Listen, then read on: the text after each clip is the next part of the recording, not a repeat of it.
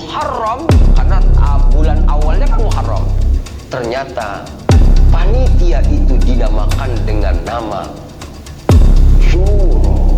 Oh, benang merahnya ketemu. Ini orang Jawa kalau surah pada ngasak keris tuh di sini nih, berarti nih pada mandiin jimat. Kenapa sih orang-orang Jawa ketika masuk di bulan surah itu pada mandiin pusaka?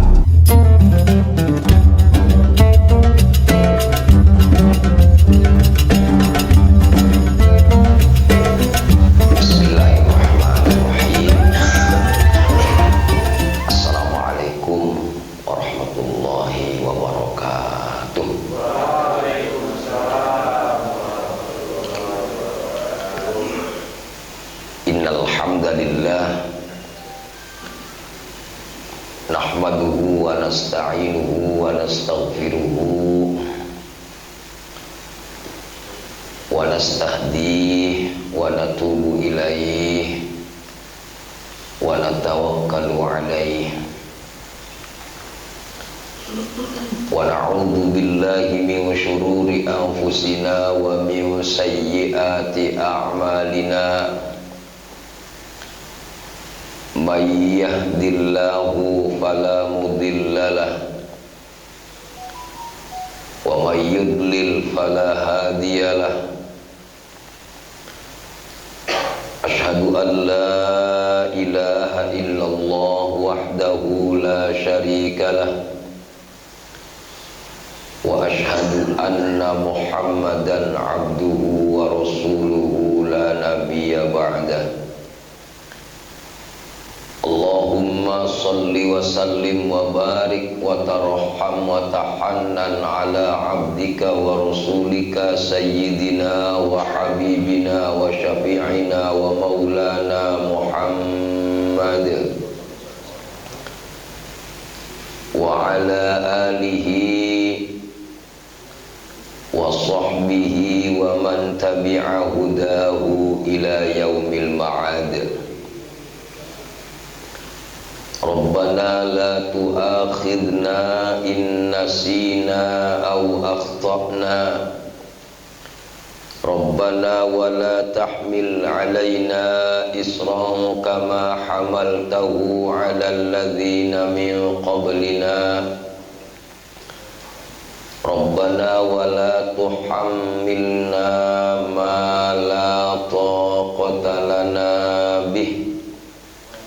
Wa'fu anna waghfir lana warhamna anta maulana fansurna 'alal qaumil kafirin. Rabbi shrah li sadri wa yassir li amri wahlul 'uqdatam min lisani yafqahu qawli. Subhanaka la ilma lana illa ma 'allamtana innaka antal alimul hakim. Jamaah subuh Masjid Al-Hidayah, Nurul Hidayah. Iya, salah baik ya. Saya ulang ya. Iya. Kalau salah boleh diulang, Pak. Jamaah subuh Masjid Nurul Hidayah yang dirahmati Allah Subhanahu wa ta'ala serta para pemirsa Kapnun Channel yang dirahmati Allah Subhanahu wa ta'ala. Alhamdulillah, alhamdulillah, alhamdulillah. Kenapa kita mengucapkan alhamdulillah? Yang pasti hadirnya kita di tempat ini insya Allah merupakan karunia yang mahal dari Allah Subhanahu wa ta'ala. Di dalam Al-Quran Allah Subhanahu wa ta'ala mengatakan, ma asabaka min hasanatin faminallah Tidak ada kebaikan yang menimpamu kecuali itu datangnya dari Allah Subhanahu wa ta'ala. Artinya hadirin, saat diberi nikmat oleh Allah, kemudian kita akui itu datangnya dari Allah Subhanahu wa ta'ala, semoga kita dengan ungkapan itu tergolong hamba-hamba yang bersyukur kepada Allah Subhanahu wa ta'ala. Akan tetapi memang di saat kita bersyukur kepada Allah Subhanahu wa ta'ala, saking senangnya, biasanya pagi-pagi masih bungkel bahasanya. Kalau bahasa Betawi bilang bungkel, Pak. Pagi-pagi kita belum rapih, pagi ini Allah perkenankan kita hadir di masjid ini. Mudah-mudahan kehadiran kita di masjid ini menjadikan kita makin baik, makin belajar menjadi orang yang takwa kepada Allah Subhanahu wa ta'ala. Amin Allahumma ya rabbal alamin. Hadirin yang dirahmati Allah Subhanahu wa ta'ala, artinya kita berlindung kepada Allah Subhanahu wa ta'ala. Berlindung dari apa? Berlindung dari kesombongan diri, berlindung dari keakuan, berlindung dari nafsu serakah kita yang ingin selalu dipandang baik oleh sesama, sehingga itu akan merintangi kita untuk mensyukuri nikmat Allah Subhanahu wa ta'ala. Hadirnya kita di tempat ini, akui itu kehebatan Allah. Hadirnya kita di tempat ini, akui itu nikmat dari Allah. Mudah-mudahan ketika kita mengakui itu datangnya dari Allah Subhanahu wa ta'ala, itu akan menjadikan Allah suka kepada kita, sehingga akan menjadikan kita naik grade, naik level terus untuk menjadi hamba yang bertakwa kepada Allah. Na'udzubillah, di saat kita hadir di tempat seperti ini, ada kebaikan datang dari Allah, tapi nampaknya diakui kehebatan kita. Lagian lu ngamah kemana nih, pagi orang nongol, kayak gua dong. Kan kadang-kadang begitu tuh. Kadang ada yang begitu, kadang ada. Ya, artinya inilah orang-orang yang mengakui kehebatan Allah menjadi kehebatan diri. Padahal maaf, kehebatan Allah ya kehebatan Allah, kemuliaan Allah ya kemuliaan Allah. Kita hanya dipinjemi kemuliaan itu. Makanya kalau saya masuk di kajian lagunya Rhoma Irama itu kesombongan, katanya. Itu kesombongan, itu keangkuhan, itu keangkuhan, bukan pakaianmu, tapi pakaian Tuhan yang berhak disembah oleh segenap alam. Subuh-subuh dangdutan ini. Maksud saya, ngeri sekali di saat kebaikan-kebaikan itu menjadi kesombongan. Bahkan diancam dalam hadis Nabi Muhammad sallallahu alaihi wasallam, "Man izdada ilman wa lam yazdad hudan, lam yazdad minallahi illa bu'da." Siapa orangnya yang dikasih tambahan ilmu oleh Allah, akan tetapi dia tidak nambah dekat dengan Allah, pastikan orang itu makin jauh dengan Allah Subhanahu wa ta'ala. Kenapa dia ilmunya nambah, ibadahnya nambah, kok makin jauh dengan Allah? Karena ibadahnya tidak menjadikan dirinya semakin merunduk kepada Allah Subhanahu wa ta'ala. Ibadahnya tidak menjadikan dia semakin tawadhu kepada Allah, bahkan sombong kepada Allah Subhanahu wa ta'ala. Dalam Al-Quran Allah katakan, sesungguhnya surga itu diperuntukkan bagi orang yang merunduk, bagi orang yang tawadhu, bukan orang yang sombong di hadapan Allah Subhanahu wa taala. Mudah-mudahan Allah perkenankan kita dari ilmu yang kita dapatkan pagi hari ini menjadikan kita semakin tunduk di hadapan Allah Subhanahu wa taala. Amin. Allahumma ya rabbal alamin. Salawat dan salam kita sanjungkan kepada baginda Rasul Muhammad sallallahu alaihi wasallam, pada semua keluarganya, semua sahabatnya, serta seluruh pengikutnya ila yaumil qiyamah. Amin. Allahumma ya rabbal alamin.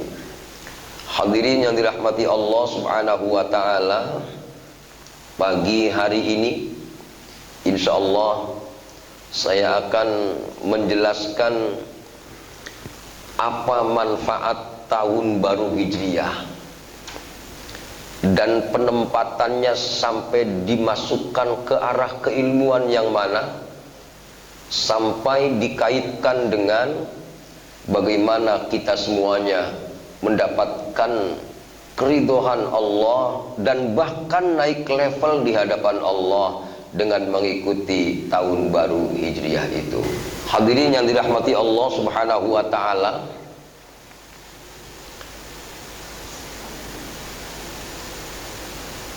sebelum adanya tahun Hijriah tentu sudah ada tahun Masehi. Artinya tahun Hijriah lahir belakangan. Karena memang yang menggagas bahkan merapatkan munculnya tahun baru Hijriah itu adalah sahabat Umar di saat pemerintahannya, jauh setelah Rasulullah Shallallahu Alaihi Wasallam wafat.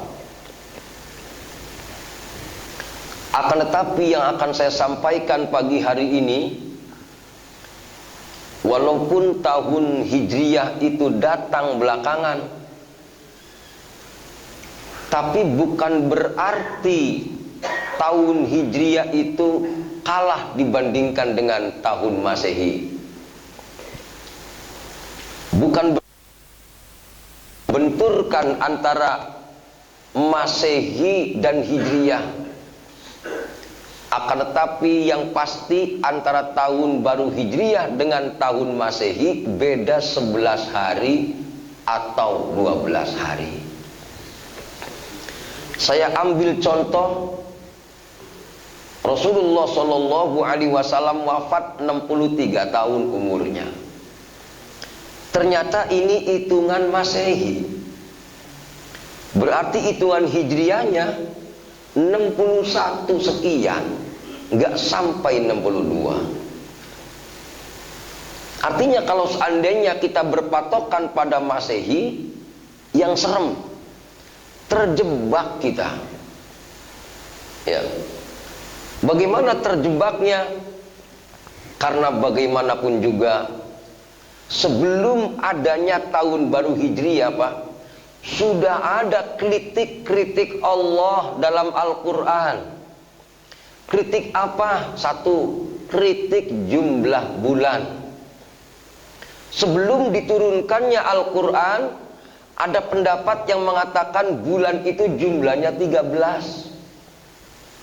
Sebelum Al-Quran diturunkan, ada orang yang menghitung jumlah bulan itu 12. Ini kalau menurut versinya Al-Quran, orang yang menghitung bulan tidak tepat sesuai dengan yang diajarkan Allah Subhanahu wa ta'ala akan mengkhianati aturan-aturan Allah, akan menzalimi hukum-hukum Allah Subhanahu wa ta'ala. Makanya muncul surah At-Taubah 36, inna iddatash syuhuri indallah Ithna asyara syahran fi kitabillah Yawma khalaqas samawati wal arda Minha arba'atun hurum. Sesungguhnya jumlah bulan menurut Allah, hebat, keren ayatnya itu. Sesungguhnya jumlah bulan versi Allah.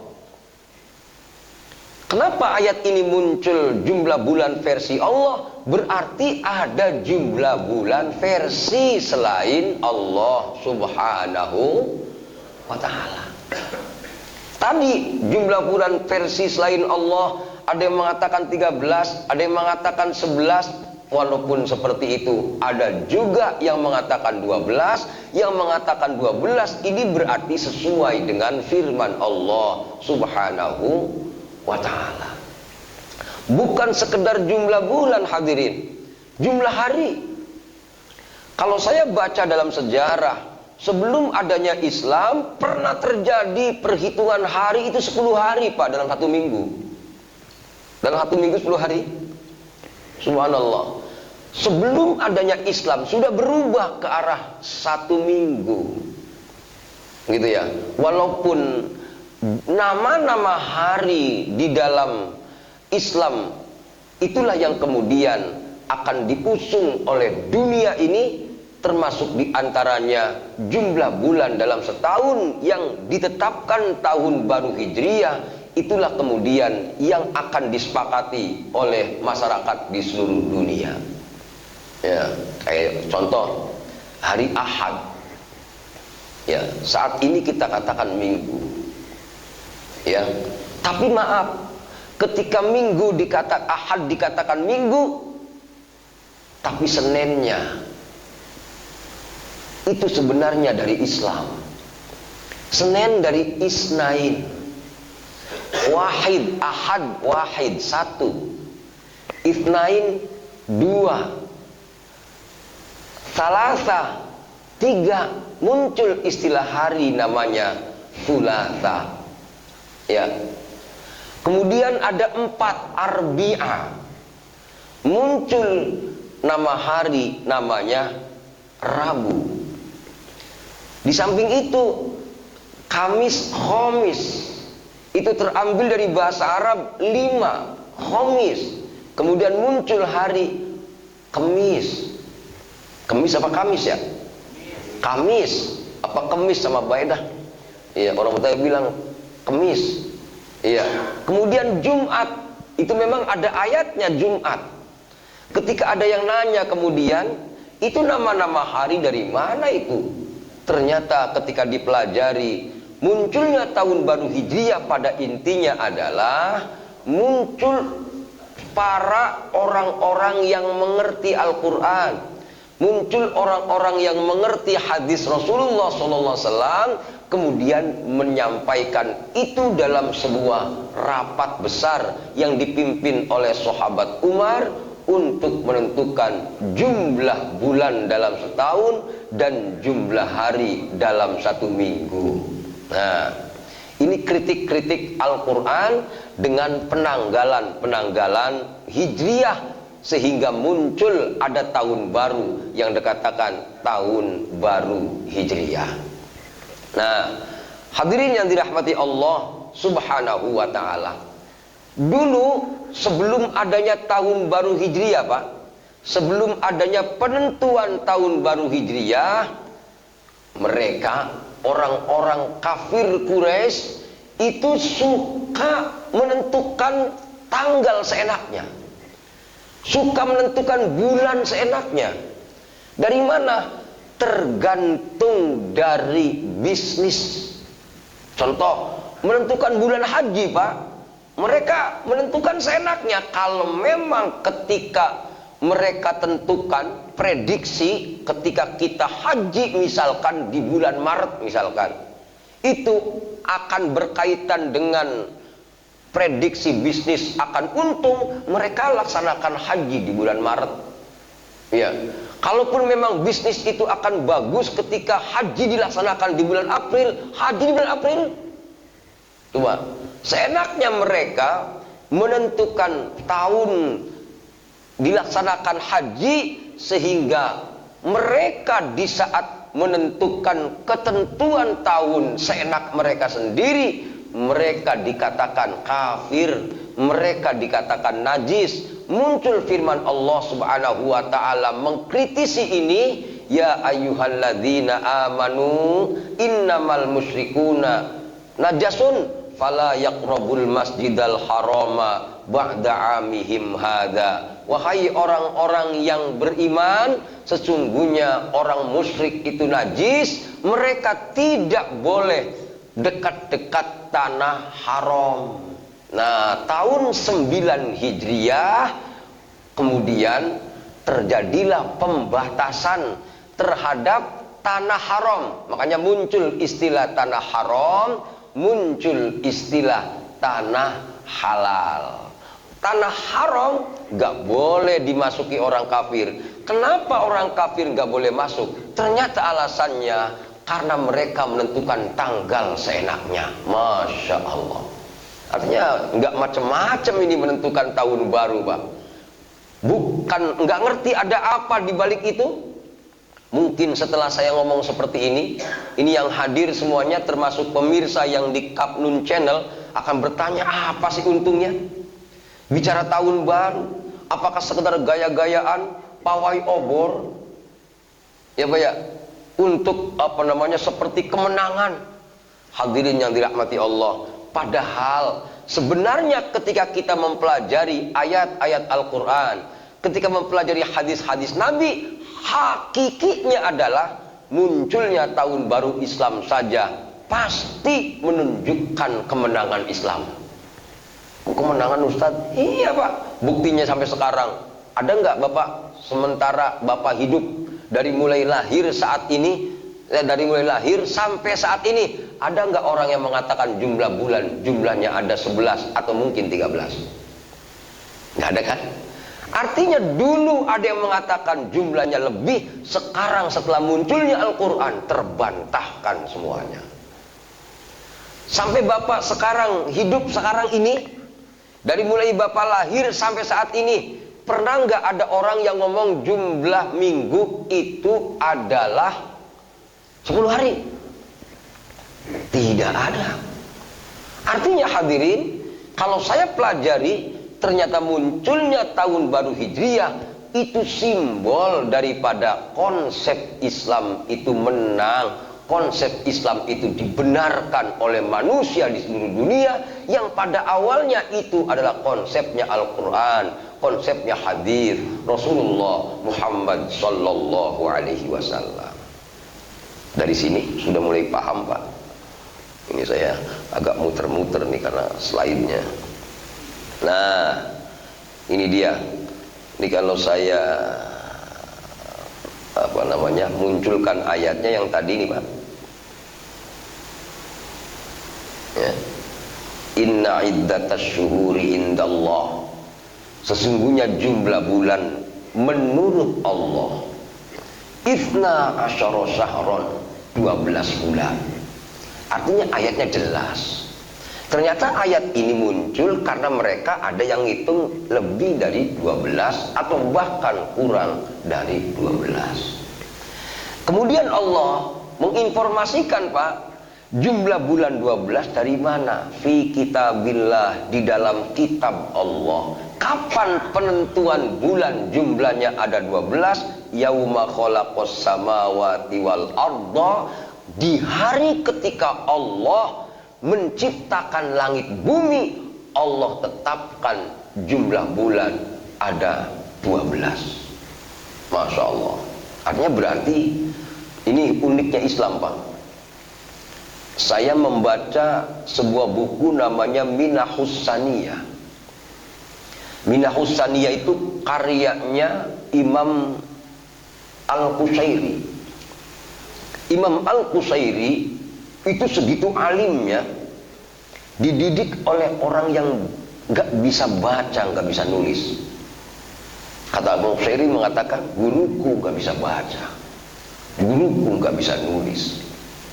Bagaimana orang yang gak bisa baca, gak bisa nulis kok bisa alim Pak, bisa pinter? Itulah bersitan hati ketika sudah dicintai oleh Allah Subhanahu wa ta'ala. Ketika hatinya bersih di hadapan Allah, maka subhanallah, Allah tentukan ilmu itu masuk ke dalam hatinya. Kenapa masalahnya? Karena Allah akan menerangi hati orang-orang yang beriman, atau hati orang beriman pasti akan diterangi dengan ilmu oleh Allah Subhanahu wa ta'ala. Nah, hadirin yang dirahmati Allah, makanya di sini innaman nasi'u ziyadatun fil kufr. Orang-orang yang mengundurkan penanggalan itu jatuh ke dalam kekafiran. Serem ini. Kenapa sih kok ayatnya segini ganasnya, Pak? Bahkan maaf, terjadinya orang musyrik tidak boleh haji. Ini dalam surah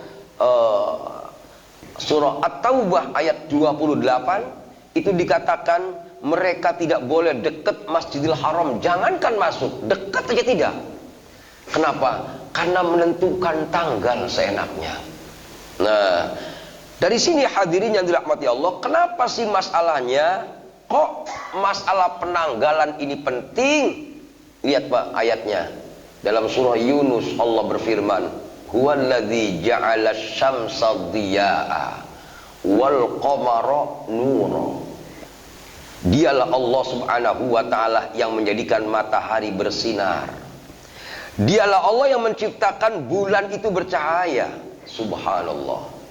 Matahari bersinar, kemudian bulan bercahaya. Untuk apa itu matahari bersinar? Apakah sekedar untuk berjemur? Apa sekedar untuk menyinari alam ini? Ternyata bahasanya wa qaddarahu manazil. Allah tentukan peredaran matahari, Allah tentukan peredaran bulan.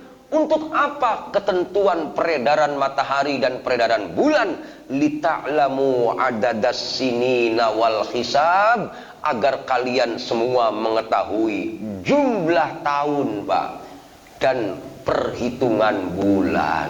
Nah, di sini hadirin, kalau saya gambarkan gini Pak, ini uniknya. Ibarat, maaf, ini bumi nih Pak. Ya. Nah, ini matahari kadang di tengah. Ini bumi nih. Kalau dalam istilah ilmu astronomi, ada terbitnya matahari. Dari sini ibarat ini timur Pak. Kemudian ini barat. Ini tenggelamnya matahari. Ya. Ketika matahari ada di bawah, ini sinar akan ke sini, Pak. Sinarnya matahari. Ini munculnya fajar shadiq. Itulah dikumandangkan azan subuh ketika sinar ini sudah kelihatan melintas dari timur ke barat. Beda dengan sinar matahari, ketika matahari di sini, sinarnya ke sini, Pak. Melintas utara selatan. Maka itu yang dikatakan fajar kadzib, fajar bohong. Munculnya fajar shadiq hadirin, itulah muncul subuh. Berarti ketika subuh, di sini ada perintah sholat subuh. Dari matahari hitungnya. Kemudian matahari naik sejengkal setengah.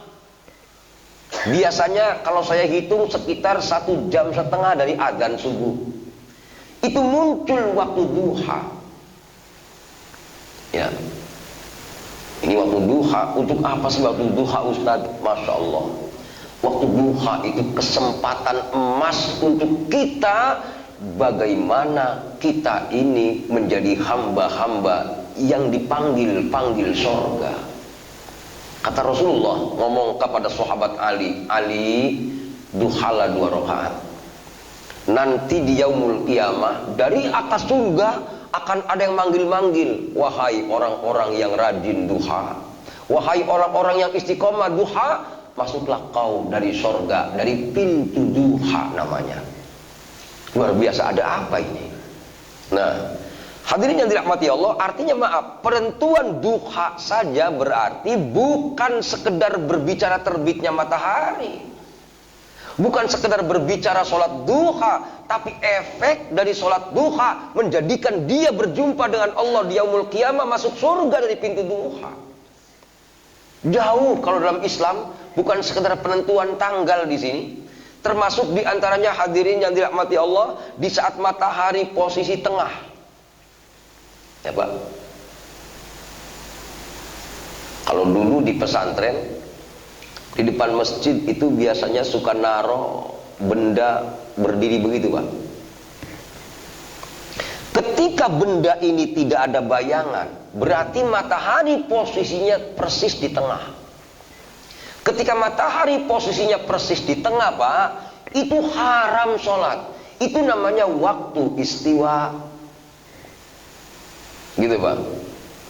Akan tetapi ketika bayangan di si benda ini sudah punya bayangan, maka itu sudah masuk waktu zuhur. Itu yang dikatakan waktu zawal.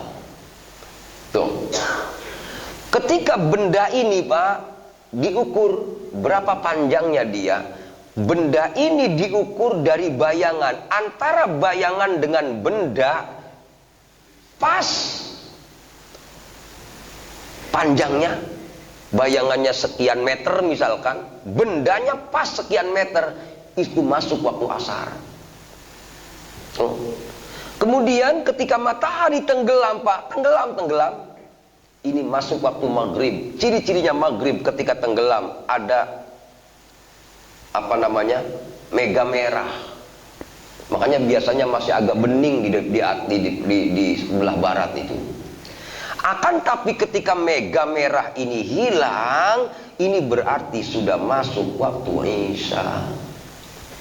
Perjalanan matahari ternyata bukan sekedar menghitung penanggalan, tapi berkaitan dengan ketaatan kepada Allah Subhanahu wa ta'ala. Makanya dalam Al-Quran surah Yunus ayat 6 Allah mengatakan, inna fi ikhtilafil laili wan nahar wa ma khalaqallahu fis samawati wal ard la ayatin liqaumi yattaqun. Sesungguhnya perbedaan malam dan siang, sesungguhnya perbedaan siang dan malam itu adalah merupakan tanda-tanda kebesaran Allah bagi orang-orang yang mau bertakwa kepada Allah Subhanahu wa ta'ala. Muncul kemudian perintah sholat. Pertanyaannya, Pak, apakah semua perintah agama itu dari peredaran matahari? Ternyata jawabannya tidak. Kenapa saya terangkan ini, Pak? Nih, ada peredaran matahari untuk waktu sholat, tapi peredaran bulan itu waktu untuk menentukan tanggal.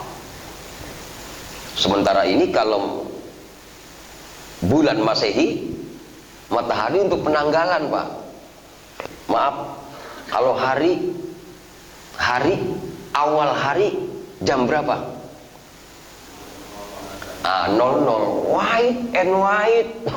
Kalau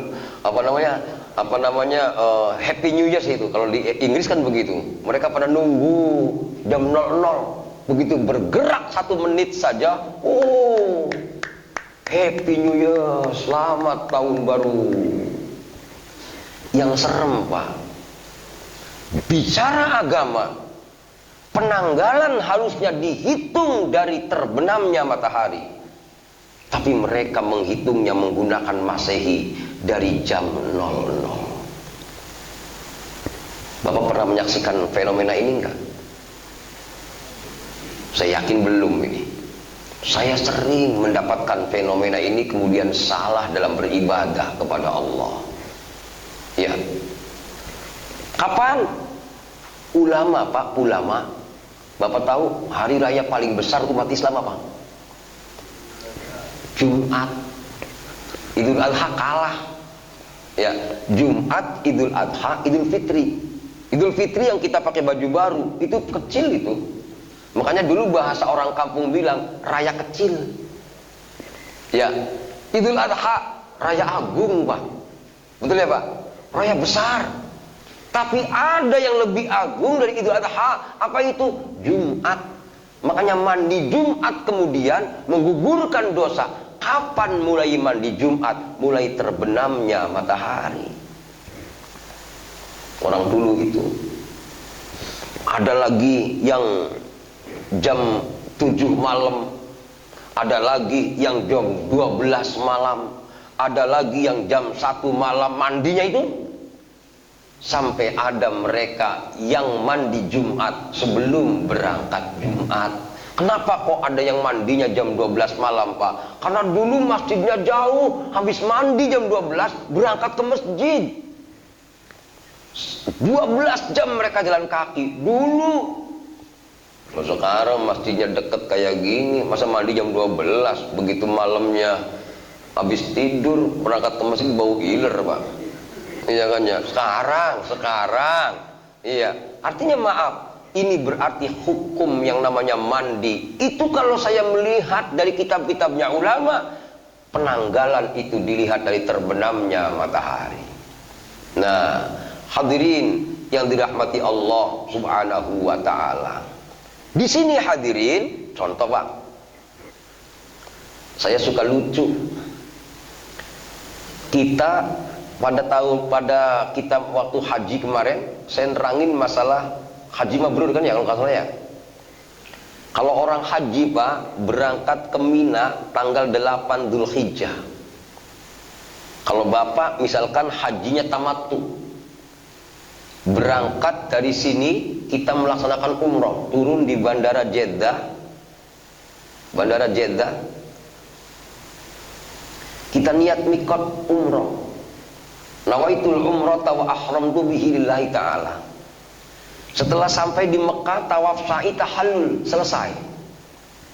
Nunggu tanggal 8. Ketika tanggal 8 Pak, kemudian pakai ihram lagi. Mandi ihram, pakai ihram, kemudian niat haji. Nawaitul hajja wa ahramtu bihi lillahi ta'ala.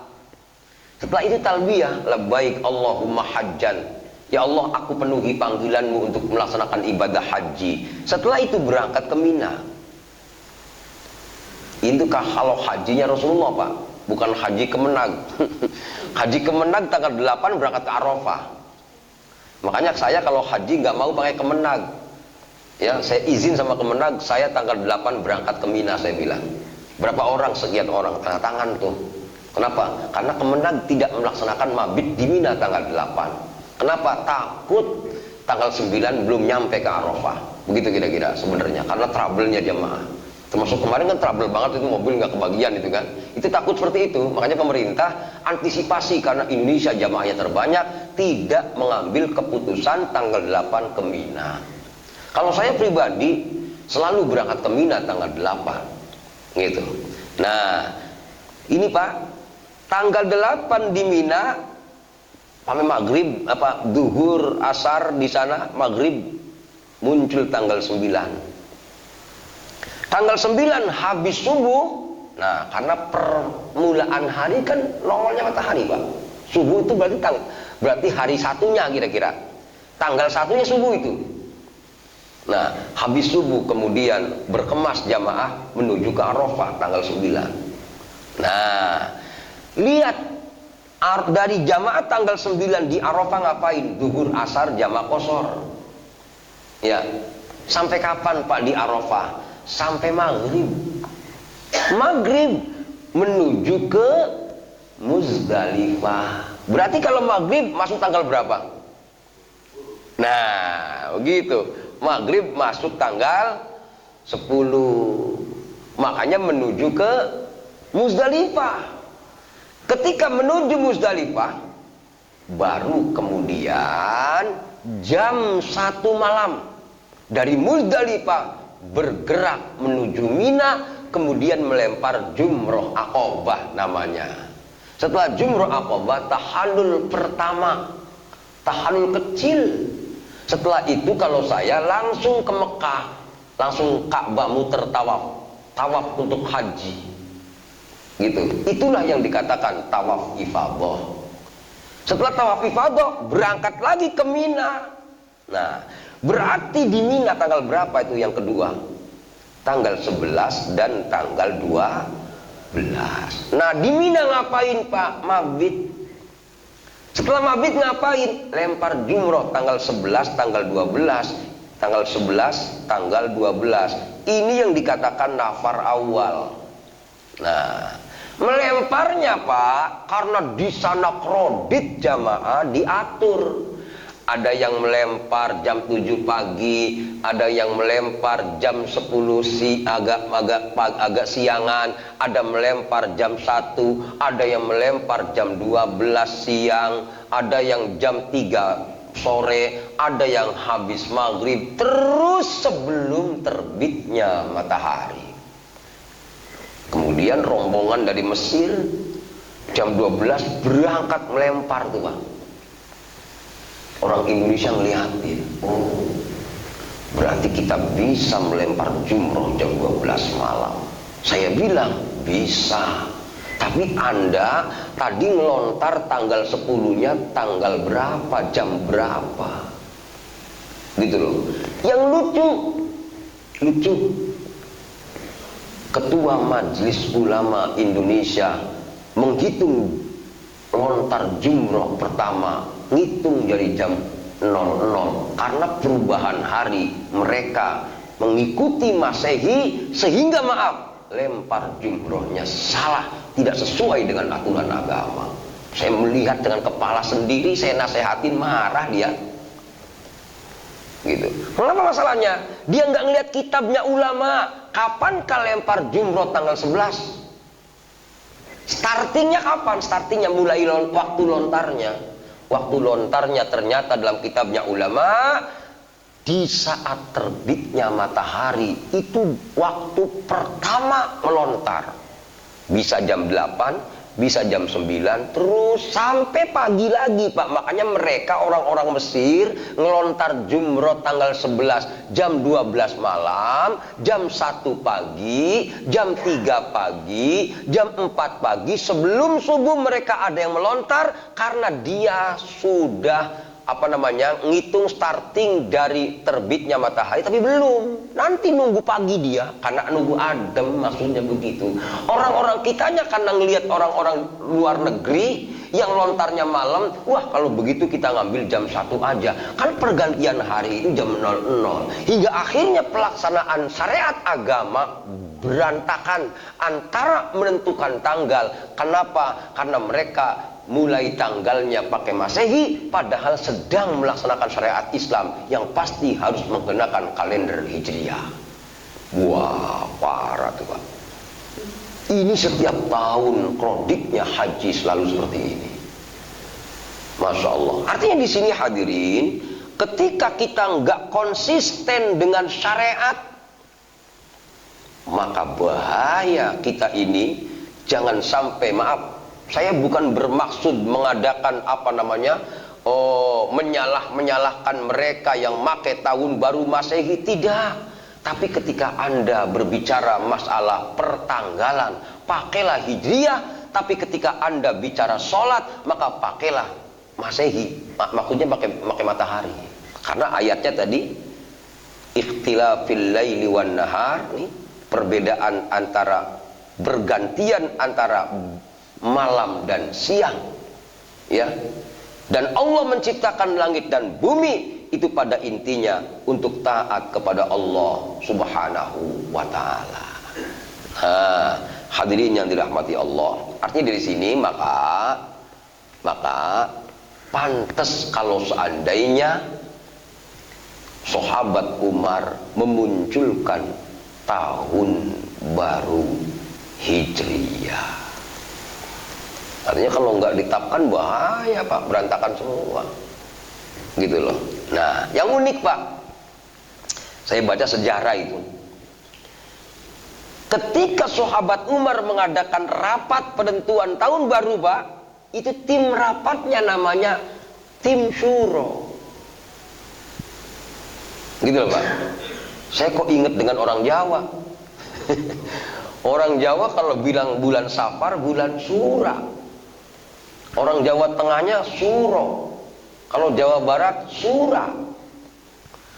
Ternyata orang-orang Indonesia, orang Jawa pada khususnya, ketika menentukan bulan Safar dikatakan bulan Muharram dikatakan bulan Suro Pak, Sura. Itu sebenarnya mengambil dari konsep Islam, yaitu Asyura. Asyura artinya yang ke-10.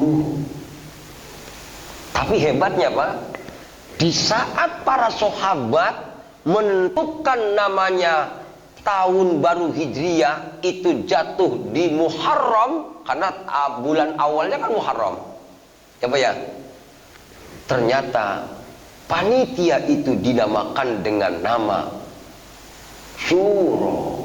Oh, benang merahnya ketemu. Ini orang Jawa kalau surah pada ngasak keris tuh di sini nih, berarti nih pada mandiin jimat, gitu ya. Hadirin, maaf nih Pak, kira-kira mandiin jimat boleh nggak Pak? Mandiin keris boleh apa ora? Ah?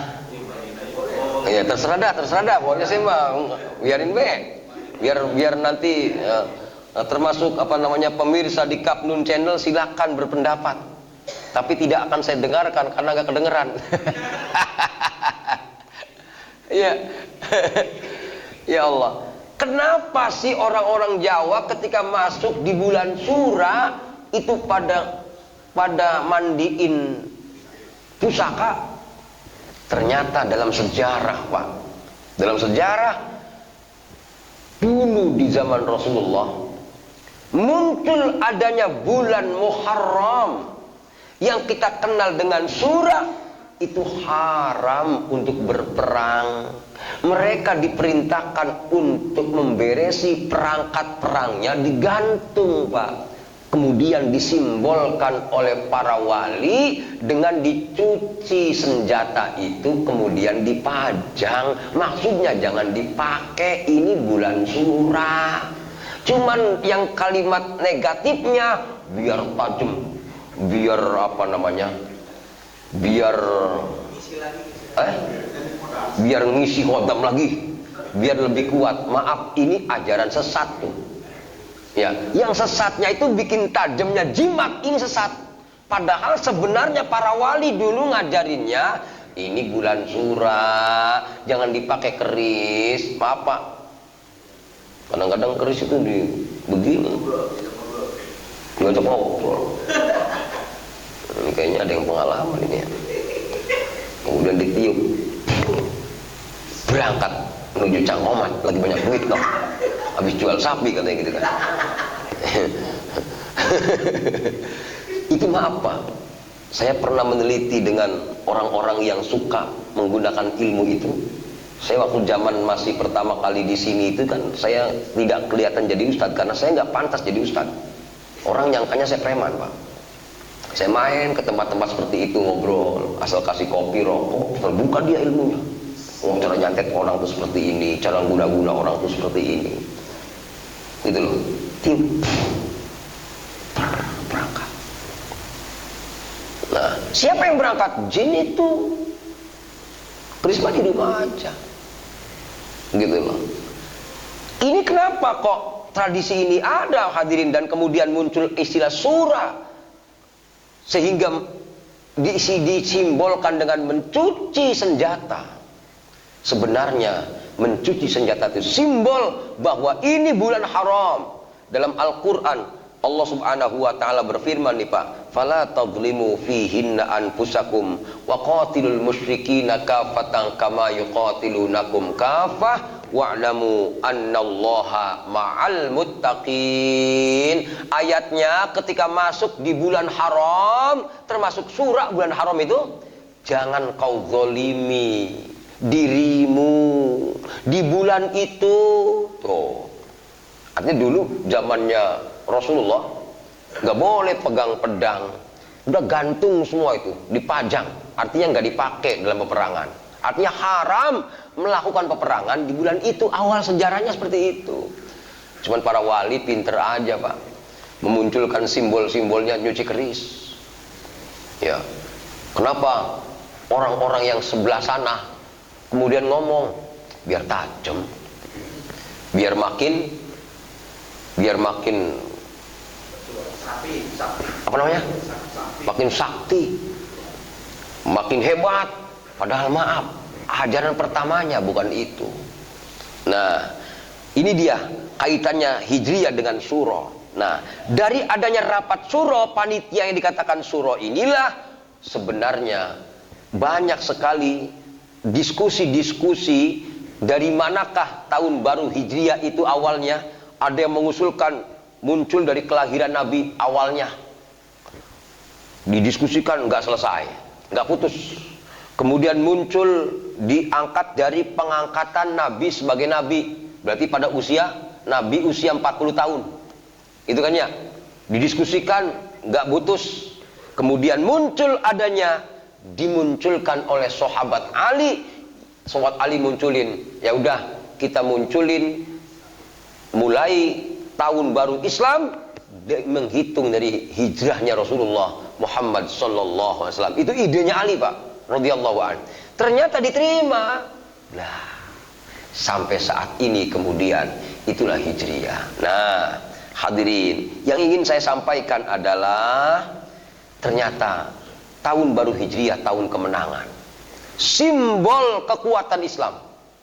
Simbol kemenangan Islam. Kenapa? Pertanyaannya begitu loh. Karena dengan adanya tahun baru Hijriah itu menunjukkan kita siap taat kepada Allah Subhanahu wa ta'ala. Bagaimana, Pak? Maaf nih, banyak orang tua yang nggak tahu tanggal lahir anak secara Hijriah. Itu anak perempuan haid, Pak. Anak perempuan nih, yang punya anak perempuan. Anak perempuan haid pada usia 9 tahun. Tapi 9 tahunnya 9 tahun Hijriah. Ya, bukan 9 tahun Masehi. Kalau tahun Masehi ini kelebihan. Artinya misalkan anak bapak pada usia 8 tahun Hijriah, 8 tahun Masehi, tapi sudah keluar darah haid, ini bisa jadi ini darah haid.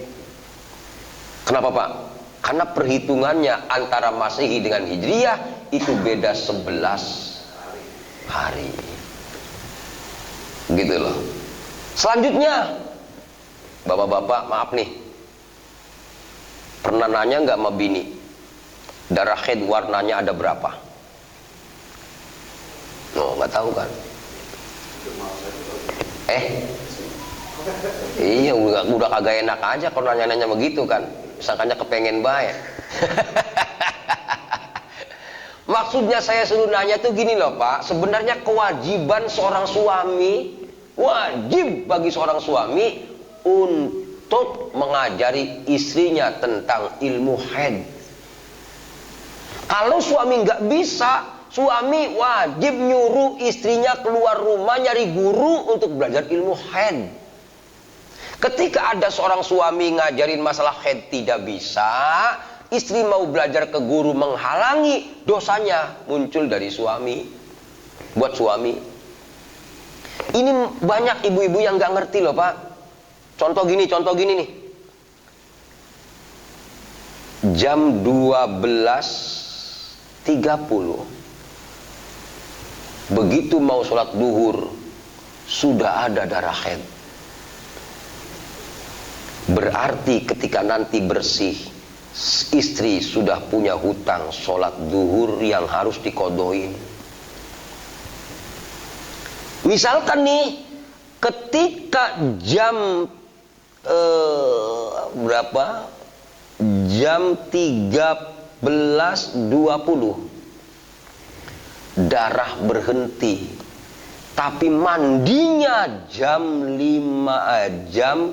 15.30. Berarti secara otomatis istri punya hutang sholat 2, duhur di tanggal anu dan duhur di tanggal anu. Kenapa masalahnya kita mesti tahu darah haid itu warnanya ada berapa? Karena nanti kita akan tahu bahwa ketika perempuan lagi haid, darah pertama kehitam-hitaman, darah kedua kecoklat-coklatan, darah ketiga itu agak kayak darah seger. Kemudian yang berikutnya sudah mulai agak ke apa sih bahasa ininya ya? Agak bening. Nah, tapi belum bening banget. Agak pucat gitu. Kemudian muncul nanti yang mulai agak bening, itu biasanya di hari yang ke-6. Makanya kemudian muncul adanya hari jumlahnya 7, kaitannya dengan ghalib, secara umum yang namanya orang haid itu 7 hari. Gitu loh. Walaupun haid itu jumlahnya 24 jam, kalau dihitung berapa menit, totalnya darah haid keluar itu 24 jam. Artinya masalah jam saja itu menjadi peruntukan hukum, termasuk diantaranya warna darah haid itu menunjukkan jumlah hari. Masya Allah. Coba kalau saya nggak ngerti Pak, ini berapa waktu yang dikodoin yang tidak pernah kodo perempuan itu, karena dia tidak mengerti bagaimana bersihnya darah haid dan bagaimana munculnya darah haid. Yang dosa siapa kalau kayak gitu? Kalau suaminya nggak ngajarin, dosanya untuk suami. Apalagi suaminya ngelarang bininya mau ngaji masalah haid. Dan kadang-kadang sekarang para ustadzah nggak ada tuh yang ngaji berbicara fikih haid, nggak ada Pak. Padahal maaf, yang namanya muncul datang bulan. Nah, kenapa istilahnya datang bulan? Karena maaf, sebulan sekali yang namanya haid itu. Begitu saya suruh ke lapangan Pak, di majlis taklim, ibu-ibu, banyak ibu-ibu yang haidnya sampai 2 kali dalam 1 bulan. Ini berarti maaf, ini ada bercampur darah istihadah. Darah istihadah berarti dia harus membersihkan dan wudhu, kemudian dia sholat. Wudhunya juga lain lagi nanti. Bukan nawaitul wudu alirafil hadasil asghari, tapi nawaitul wudu alistibahatis sholah. Saya niat wudu untuk diperbolehkan sholat. Wudu diperbolehkan sholat berbeda dengan nawaitul wudu biasa. Kenapa? Wudu diperbolehkan sholat itu cukup 1 pelaksanaan. Sholat, wudu, mau baca Quran, wudu lagi. Hampir mirip dengan tayamum. Tuh. Hukumnya banyak dari pertanggalan Pak. Muncul adanya hukum si anak dipisahin dari tempat tidur. Ya, umur berapa anak itu dipisahin dari tempat tidur? Muncul adanya kapankah anak diajari sholat?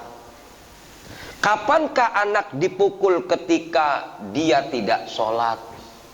Kapankah anak muncul baligh, bukan nalig ini, baligh? Usia berapa?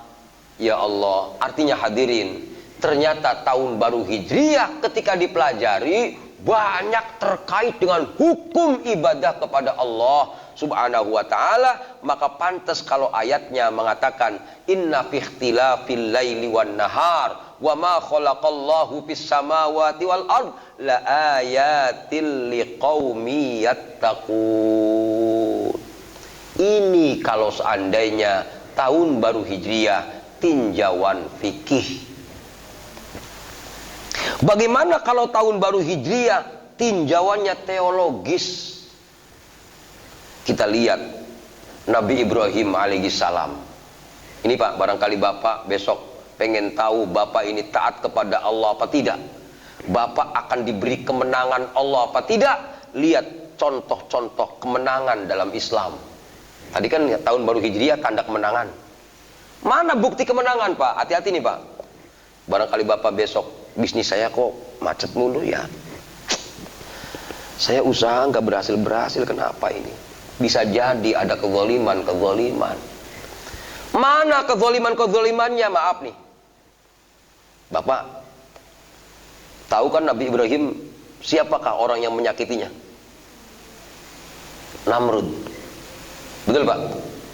Pertanyaannya, apakah Nabi Ibrahim ketika dizalimi sama Namrud, kemudian Nabi Ibrahim berbalas menyakiti Namrud? Di sini nih Pak, kadang-kadang kita gedeg sama orang. Maaf nih, orang itu kena musibah, kita puas, biarin baik. Musibah mampus juga nggak apa-apa. Ngapa? Karena kita gedeg sama dia. Satu. Yang kedua Pak, orang yang kita benci Pak, punya motor baru Pak, ngomong sama tangganya, dia kan usahanya gitu-gitu doang, Jangan-jangan miara tuyul, motor ganti lagi baik. Kita roman-romannya orang resep baik. Kalau orang yang kita gedegin mendapatkan nikmat Allah, itu hasud. Dalam kitabnya Syekh Abdul Qadir Al-Jilani dikatakan, yang dikatakan hasud itu berperang dengan Allah Subhanahu wa taala. Pantas usahanya nggak maju-maju.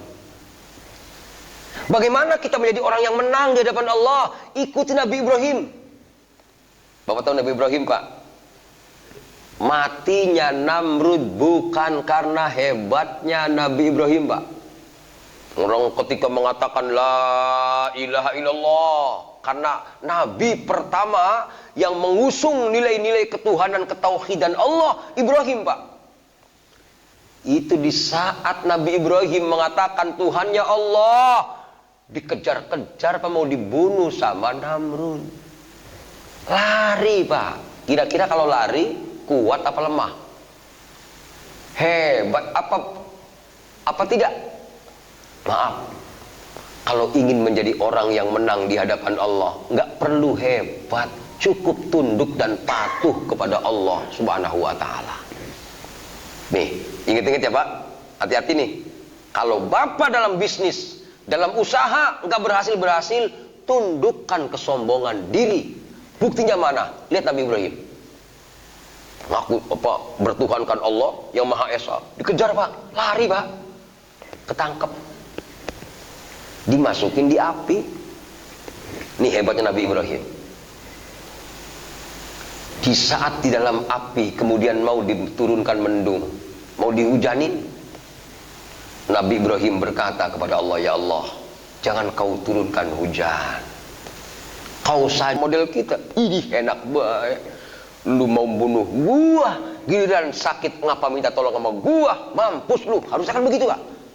Tapi ternyata ini tidak ada contohnya dalam Al-Quran. Saya kaget di saat membuka surah Al-Baqarah 285, 286, 287, terus ternyata di saat Allah menerangkan kemenangan Nabi Ibrahim ketika melawan Namrud, ada ucapan firman Allah, qaulun ma'rufun wa maghfiratun khairun min shadaqati yatsba'uha adza. Ngerti maksudnya, Pak? Ucapan yang baik walau dengan musuh sekalipun, walau kepada orang yang membenci sekalipun, itu ternyata menunjukkan orang itu menang di hadapan Allah. Bapak-bapak barangkali diuji dengan orang yang benci, hati-hati, Pak. Diuji dengan kesuksesan. Allah akan melihat akhlak kita, Allah akan melihat kepribadian kita. Sesungguhnya kemenangan yang Allah berikan kepada orang-orang yang dirinya tawadhu kepada Allah, yang dirinya merendah di hadapan Allah. Kadang-kadang kan begini, susah nggak maju-maju nih. Apa penyakit gua ya? Perasaan yatim udah saya bagi-bagi mulu, sholat orang pernah ketinggalan, subuh di depan mulu, nangis kalau subuh dia. Ya doa minta usaha maju. Ngapa gua orang maju-maju? Dia lupa bahwa dirinya ada kesombongan di hadapan Allah. Sedangkan sombong, Allah benci sama orang-orang sombong. Bagaimana kalau benci mau dikasih sukses? Betul, Pak? Yang berikutnya, Pak, ternyata hal ini terjadi zaman Nabi Musa juga. Nabi Musa, Pak, lihat waktu mukul tongkat di laut. Ya, Pak, dalam kondisi apa? Dalam kondisi dikejar-kejar, Pak, lari, Pak. Artinya orang sukses tuh nggak perlu dengan berjaya, gagah. Itu orang sombong larinya. Ya, Pak. Nabi Musa, Pak, di saat menuju Fir'aun, itu kan disuruh Musa berangkat ke Fir'aun. Lihat ucapan Nabi Musa kepada Fir'aun. Apa kemudian, Bapak, lu aku Tuhan, kafir, haram, neraka? Enggak. Kalau kita kan haram, neraka, Fir'aun gitu. Ya, nggak ada contohnya. Ya, Pak, nggak ada contoh. Contohnya Nabi Musa itu kalimatnya diabadikan dalam Al-Quran. Hallaka ila antazakka wa ahdiyaka ila rabbika fatakhsha. Pak, Bapak ini bertuhan Allah atau tidak? Mentauhidkan Allah apa tidak? Lihat, Bapak akan dibenturkan dengan orang yang benci. ketika dibenturkan dengan orang yang benci, bapak masih santun. Inilah namanya orang yang benar-benar bertuhan Allah Subhanahu wa ta'ala. Nah, biasanya orang kayak gini, Pak, dikasih kelebihan oleh Allah tuh. Makanya maaf orang tua dulu, Pak, maaf nih, bismillah doang terbang. Ngapa itu? Karena dia sangat mengesahkan Allah Subhanahu wa ta'ala. Allah ngasih kekuatan pada dirinya.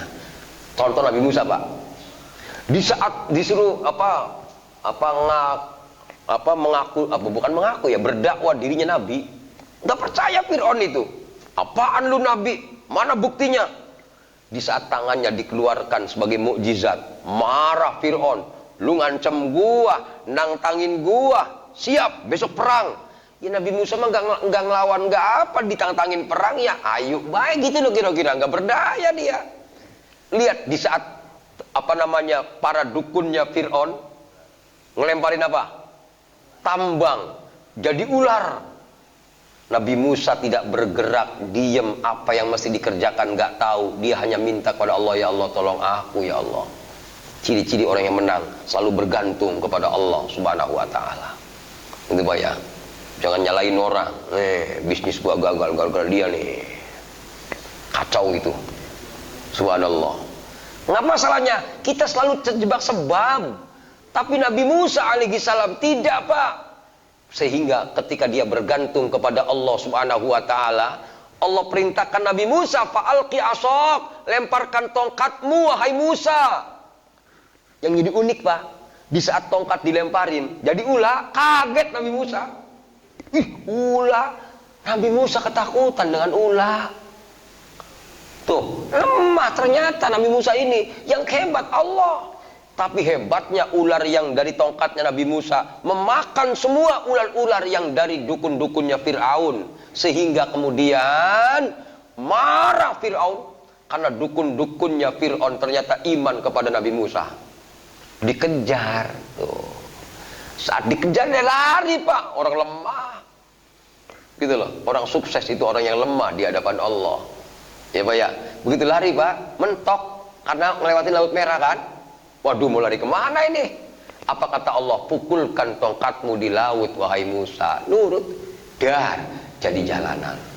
Artinya dari sini hadirin, tenggelamlah kemudian Fir'aun. Maaf, tenggelamnya Fir'aun musuh Nabi Musa ya, yang musuhi Nabi Musa ternyata tidak dilawan dengan kekuatan, tidak dilawan dengan kehebatan, melawannya adalah dengan ketuhanan. Saya kemudian belajar Fathu Makkah, Pak. Bapak tahu Fathu Makkah? Kemenangan Makkah. Kemenangan Makkah, Pak, itu nggak pakai perang. Munculnya idza jaa nasrullahi wal fath. Ya, Pak ya? Itu di bulan Ramadan Fathu Makkah itu. Ternyata, Pak, Nabi mau berangkat haji sebenarnya itu. Mau berangkat ke Mekah. Ya, Pak ya, tahun 8. Disangkanya mau perang, pasukannya banyak 10.000. Gemeter mereka.